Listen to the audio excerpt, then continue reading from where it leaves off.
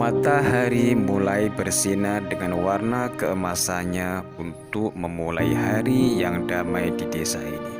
Satu demi satu para gembala mengeluarkan biri-biri dan domba-domba mereka untuk digembalakan di padang rumput yang subur dan hijau. Sementara itu, di ruang tengah di sebuah rumah mewah, tampak seorang sedang duduk sendirian di kursi. Ia sedang bersiap-siap untuk sarapan pagi. Beraneka macam hidangan, makanan, dan buah-buahan yang lezat telah tersedia untuknya. Ia baru saja selesai beribadah sholat duha, dan ia siap melakukan kegiatan rutinnya sehari-hari. Dia adalah Nabiullah Ayub alaihissalam. Ia adalah seorang rasul. Di kampungnya, Nabi Ayub termasuk orang yang paling bahagia. Ia tekun dan giat dalam beribadah kepada Allah Subhanahu wa Ta'ala. Di desanya, Nabi Ayub terkenal sebagai orang yang kaya raya. Ia memiliki beberapa perkebunan seperti kebun anggur, kebun kurma, dan sebagainya. Karena dikelola dengan baik, ia dapat memetik hasilnya yang berlimpah ruah. Di samping itu, ia juga memelihara banyak binatang ternak. Ia memiliki banyak unta dan domba. Untuk mengurusnya, ia mempekerjakan beberapa orang. Dari perkawinan dengan Rahmah, Nabi Ayub dikaruniai beberapa anak laki-laki dan perempuan. Menurut silsilah keluarga, Rahmah masih termasuk keturunan Nabi Yusuf alaihissalam. Keluarga Nabi Ayub benar-benar menikmati kebahagiaan dunia. Ia memiliki cukup kekayaan dan keturunan yang baik. Bukankah anak adalah perhiasan dan pelengkap kebahagiaan hidup di dunia? Kehidupan Nabi Ayub itu merupakan suri tauladan bagi kaumnya. Ia dianggap sebagai panutan. Ia bukanlah termasuk orang kaya yang sombong. Bahkan sebaliknya, ia rendah hati, ramah tamah, sehingga ia disegani dan dihormati kaumnya. Pada suatu hari, tampaklah orang-orang sedang membicarakan diri Nabi Ayub. Saya bahagia melihat kebahagiaan Ayub. Ia adalah orang yang dermawan. Ia selalu membagi-bagikan kekayaannya kepada kita. Betapa bahagianya Ayub, hartanya melimpah ruah, istrinya setia, dan putranya banyak. Dan Allah mengangkat derajatnya menjadi Rasul. Ia tidak pernah macam-macam meskipun kaya. Ia pun tidak sombong sebagaimana beberapa orang kaya lainnya. Memang Nabi Ayub dialah suri tauladan yang baik bagi kita semua. Namun, ada beberapa warga desa yang iri terhadap Ayub. Mereka tidak senang melihat keberuntungan yang didapat Ayub. Sepertinya Ayub itu orang yang rakus. Ia tidak pernah merasa puas dengan kekayaan yang dimelimpah. Ia selalu tekun menyembah kepada Allah, tapi niatnya agar mendapat kekayaan yang melimpah dan lebih banyak lagi. Benar-benar serakah itu Ayub. Ya, memang benar, lagi pula ia gila kehormatan. Dari waktu ke waktu, ia membagi-bagikan harta bendanya ke warga desa. Tapi tahukah kalian, niatnya itu agar si Ayub itu mendapat pujian dan sanjungan. Lihat saja, kadangkala ia berkhutbah, berdakwah seperti seorang pemimpin. Padahal khutbahnya itu hanya sekedar untuk menutupi keserakahannya dan agar ia mendapatkan sanjungan. Itulah sahabat muslim, sebaik apapun manusia pasti akan tampaklah kekurangannya dan pasti akan ada orang yang tidak suka kepadanya. Oleh karena itu, sebagai bekal bagi kita semua umat Islam, yang paling penting adalah kita niatkan mencari ridho Allah Subhanahu wa Ta'ala. Baik ataupun buruknya kita serahkan kepada Allah Subhanahu wa Ta'ala. Ketika itu pula terjadilah percakapan yang menarik di antara para malaikat tentang perilaku dan kehidupan manusia di permukaan bumi. Malaikat itu berkata, "Coba kalian sebut, siapakah di antara manusia yang paling tekun dan rajin beribadah kepada Allah?" Malaikat yang satu, "Menurut pengamatan saya, Ayublah orangnya." "Sungguh tepat penilaianmu. Walaupun ia memiliki kekayaan yang banyak, tapi ia tidak pernah lupa beribadah kepada Allah. Saya rasa Ayublah manusia yang paling beruntung saat ini." Kiranya sempurnalah nikmat dan rahmat yang diberikan Allah kepadanya. Ia memiliki segalanya di dunia, ia juga sehat dan kaya raya. Ia juga memiliki istri yang setia dan anak yang banyak. Betapa beruntung dan bahagianya hidup Ayub di dunia. Allah telah mengangkatnya ke tingkat yang luhur. Ia ditunjuk sebagai Rasul, dan menurutku Ayub memang pantas menerimanya. Ya, dan ia adalah suri tauladan bagi kaumnya, ujar malaikat itu mengakhiri percakapannya. Sementara di sisi lain, iblis berencana untuk menghancurkan Nabi Ayub. Mereka berkata, apakah kalian ingat bahwa dulu kita diusir dari surga karena manusia? Kini kita tahu bahwa musuh terbesar kita adalah Ayub yang soleh. Apakah kalian akan membiarkan dia mengajak umatnya masuk surga? Tanya pemimpin iblis berusaha membakar semangat anak buahnya. Ayo kita uji keimanannya. Bukankah Allah memberi kesempatan kepada kita untuk menggoda manusia? Kalau manusia itu dapat kita goda, tentu mereka akan menjadi budak kita di neraka. Jadi kenapa tidak kita coba? Apakah engkau mempunyai rencana khusus? Tanya yang lain. Ya, kita musnahkan harta bendanya. Mula-mula kita hancurkan kebunnya dan hewan ternaknya. Kita buat ia menjadi miskin, lalu kita lihat hasilnya. Saya berharap bahwa ia akan kehilangan imannya dan kemudian mengikuti kita. Rupanya iblis-iblis itu benar-benar melaksanakan rencana jahat mereka. Mereka berbagi tugas, masing-masing dari mereka ada yang menghancurkan kebun anggur, kebun gandum, dan kebun kurma milik Ayub. Pada suatu hari, para pekerja di kebun milik Nabi Ayub gempar karena tiba-tiba tanaman anggur menjadi layu semua. Daun-daunnya menguning dan buahnya berguguran. Kejadian itu terjadi secara tiba-tiba, tak ada sebab-sebab yang jelas.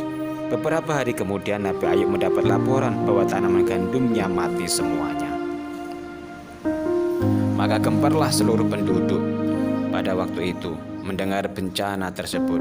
Namun mereka heran, mengapa hanya terjadi pada kebun-kebun Ayub saja? Mengapa semuanya terjadi dalam waktu yang bersamaan? Sungguh sangat mengherankan, ujar yang lainnya. Mendengar laporan dari para pekerjanya, Nabi Ayub segera mengunjungi kebun-kebunnya. Benarlah apa yang dilaporkan mereka. Nabi Ayub menemukan semua tanamannya mati tanpa sebab yang jelas. Namun Nabi Ayub tidak lepas kendali. Ia tetap tenang dan sabar. Tak terlihat sedikit pun pada wajahnya perasaan kecewa atau menyesal. Ya, inilah musibah yang harus kita terima dengan sabar dan ikhlas. Maha suci Allah atas petunjuknya, kata Nabi Ayub. Ia tetap sabar dan tak mengeluh. Belum reda kegemparan tentang musibah yang menimpa kebun-kebun Nabi Ayub, masyarakat telah digemparkan lagi dengan peristiwa yang sangat mengherankan. Pada hari itu tanpa penyebab yang jelas, semua biri-biri milik Nabi Ayub mati. Tidak seekor pun tersisa hidup. Padahal hari sebelumnya biri-biri itu masih dalam keadaan sehat. Beberapa hari kemudian unta-untanya mengalami hal yang sama. Salah satu dari pekerja mereka berkata, saya tidak mengerti apa sebenarnya terjadi. Mengapa ini bisa terjadi? Bencana itu sangat menggemparkan penduduk. Mereka merasa khawatir kalau musibah ini akan menimpa binatang ternak mereka. Peristiwa itu akhirnya menjadi bahan pembicaraan mereka di mana-mana. Pertama-tama tanamannya, kini seluruh binatang ternaknya, kata salah seorang dari mereka. Anehnya, musibah ini datangnya secara beruntun, bahkan sangat dekat waktunya, sahut kawannya. Sungguh besar cobaan bagi Ayub, namun ia tetap tabah dan sabar. Kukira ia menghadapi cobaannya dengan tabah. Kiranya dialah suri tauladan bagi kita, jejak langkah yang patut kita tiru, sabar dan tawakal dalam menghadapi cobaan hidup. Namun bagaimanapun juga sifat manusia, saat ada musibah yang menimpa dirinya, rasa sesal dan kecewa tentu ada juga di hatinya. Demikian halnya dengan istri dan anak-anak Nabi Ayub. Mereka menunjukkan rasa sedih yang mendalam. Tahun ini tidak ada nikmatnya buah anggur, kata seorang putranya. Lagi pula kita tidak punya persediaan gandum dan kurma. Kita akan segera kelaparan, ujar putra yang lainnya. Sekarang kita tidak memiliki lagi kekayaan, semuanya musnah. Padahal semua itu hasil keringat kita. Semuanya musnah dalam sekejap mata, kata istrinya dengan perasaan sedih. Nabi Ayub berkata, bersabarlah. Ini semua adalah ujian dari Allah. Yang telah musnah itu datangnya dari Allah dan akan kembali kepadanya. Tidak perlu meratapi harta yang telah musnah. Bersyukurlah padanya, sebab kita masih dilindungi, kata Nabi Ayub menenangkan keluarganya. Melihat ketabahan Nabi Ayub, iblis pun merasa amat kesal. Kemudian ia segera menyusun rencana selanjutnya. Ayub sangat keras kepala, kata pemimpin iblis itu. Ia sudah kehilangan semuanya, tetapi ia tidak kehilangan imannya, sebab ia masih mempunyai putra yang banyak. Karena itulah ia masih bertahan. Bukankah putra-putra itu merupakan hiasan dan pelengkap kebahagiaan hidup? Sahut kawan iblis. Mari kita binasakan putra-putranya itu. Setelah itu kita lihat bagaimana hasilnya. Begitulah keputusan tokoh iblis itu. Mereka pun memulai aksinya. Pada tengah malam, iblis mengguncang tanah di sekitar tempat tinggal anak-anak Ayub. Rumah itu bergetar keras sekali sehingga atap dan dindingnya roboh dan menimpa anak-anak Nabi Ayub yang sedang tertidur nyenyak. Suara gemuruh akibat runtuhnya bangunan itu membangunkan penduduk. Mereka segera mendatangi suara itu berasal. Betapa tercengangnya. Orang-orang menyaksikan rumah Nabi Ayub telah rata dengan tanah dan mengubur penghuninya. Rumah itu hanya ditempati oleh putra-putranya. Nabi Ayub dan istrinya menempati bangunan yang lain. Pada malam itu Nabi Ayub dengan dibantu oleh penduduk sekitar segera mengangkat reruntuhan tembok untuk menolong putra-putranya. Namun mereka menemukan tubuh putra-putra Nabi Ayub yang telah tewas. Rahmah menjerit-jerit meratapi kematian putra-putranya. Namun Ayub masih dapat mengendalikan emosinya. Ia tetap tenang dan tabah. Di hadapan istri dan tetangga-tetangganya ia berkata, kita ini datang dari Allah dan kita tentu akan kembali kepada Allah. Musibah ini harus kita terima dengan sabar. Ini adalah ujian bagi kita.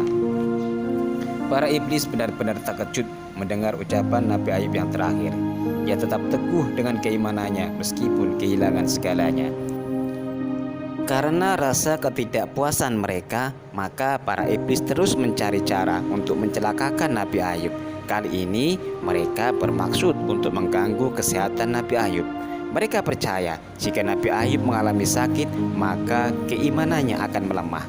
Suatu hari mendadak Ayub merasa tak bertenaga. Ketika itu pula ia tak mempunyai nafsu makan, sehingga badannya semakin melemah. Saya tak mengerti, seluruh tubuh saya sakit-sakit, kata Nabi Ayub kepada istrinya. Ketika sakit suaminya makin berat, Rahmah segera memanggil tabib-tabib untuk mengobatinya. Para tetangga dan kerabat berdatangan menjenguknya. Makin lama tubuh Nabi Ayub makin lemah. Beberapa tabib terkenal sudah didatangkan dan berbagai macam obat telah dimakannya. Namun penyakitnya itu tak kunjung sembuh juga. Bahkan seluruh tubuhnya luka-luka, kulitnya pecah-pecah, mengeluarkan darah dan nanah, berbau busuk dan menjijikkan.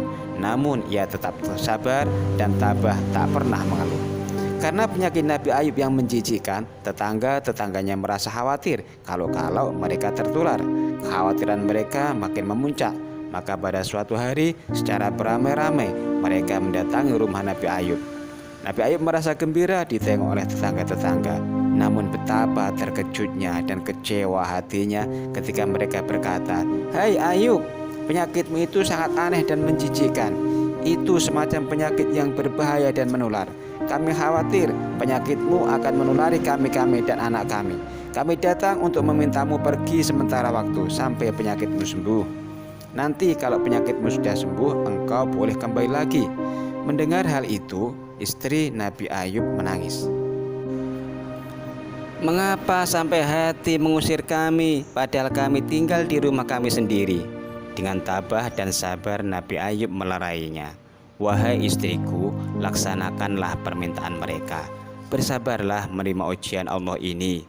Kemudian kepada tetangga-tetangganya ia berkata, "Wahai saudara-saudara, demi keselamatan kalian, kami laksanakan perintah kalian. Insya Allah malam ini kami akan pergi." Malam harinya di tengah malam yang sunyi dan gelap, tampaklah Rahmah membantu suaminya meninggalkan tempat tinggalnya. Mereka berjalan keluar desa tanpa membawa bekal apapun. Kebetulan di dekat perbatasan kota terdapat sebuah rumah kosong tak berpenghuni. Di rumah itulah akhirnya Nabi Ayub dan istrinya tinggal, jauh dari sanak saudara. Untuk makan setiap harinya Rahmah bekerja kepada seorang pembuat roti. Sore harinya ia pulang membawa makanan untuk suaminya. Lama-kelamaan sang majikan mengetahui bahwa Rahmah adalah istri pesakitan Nabi Ayub. Ia khawatir kalau Rahmah membawa bibit-bibit penyakit Nabi Ayub. Maka sang majikan memberhentikan Rahmah. "Maafkan saya, tapi saya khawatir kalau pekerja kami tertular oleh penyakit suamimu Rahmah, maka itulah sebaiknya saya sarankan untuk bekerja di tempat lain," kata si majikan. Hati Rahmah sedih mendengar ucapan majikannya. Dengan bersedih hati pula hal itu disampaikan kepada suaminya. "Sudahlah Rahmah, jangan bersedih. Ingat, selalu ada jalan asal kita mau berusaha," sambut Nabi Ayub. Berhari-hari Rahmah tidak bekerja pada pembuat roti. Ia mencoba pekerjaan di tempat lain, tapi selalu ditolak. Namun tiap hari Rahmah selalu pulang membawa makanan. Nabi Ayub curiga, khawatir kalau istrinya menjual kehormatan demi mendapatkan makanan. "Dari mana kau peroleh uang untuk membeli makanan itu Rahmah?" "Jangan khawatir suamiku, saya tidak akan melakukan hal yang buruk demi uang. Janganlah engkau mencurigaiku yang bukan-bukan. Kuperoleh makanan ini dengan cara menukarkan rambutku yang panjang," jawab Rahmah. Rupanya ia dapat membaca kecurigaan suaminya. Ia segera membuka kerudungnya sehingga tampak oleh Nabi Ayub kepala istrinya yang gundul. Di sisi lain, para iblis merasa usahanya selalu gagal dalam menggoda Nabi Ayub. Iblis mencoba menggoda hati Rahmah agar imannya tergoyah. Ternyata mereka berhasil. Pada suatu hari ia mengeluh ke suaminya, "Sekiranya harta dan anak-anak kita masih ada, niscaya kita tidak akan menderita sebegini rupa. Kapan musibah ini akan berakhir? Saya sudah tidak tahan menderita lagi."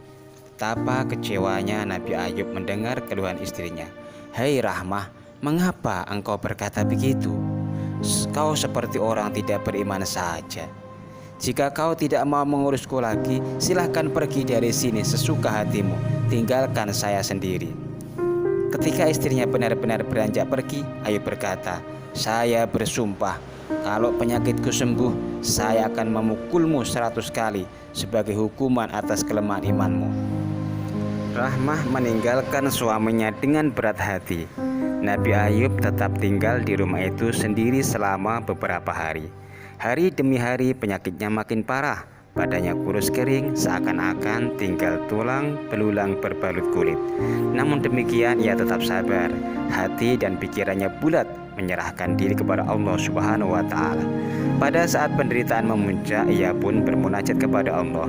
"Ya Allah, ya Tuhanku, kuterima penderitaan dan cobaan ini, dan Engkau juga yang lebih pengasih dari segala yang pengasih."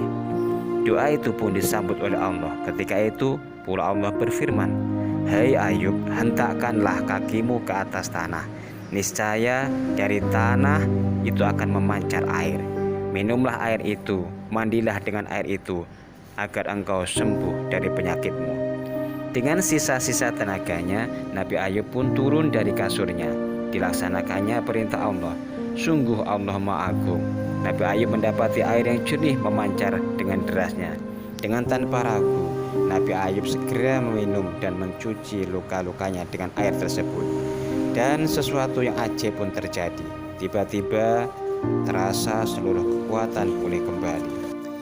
Ia merasa sehat dan bertenaga kembali. Seluruh tubuhnya lalu disiram dengan air tersebut.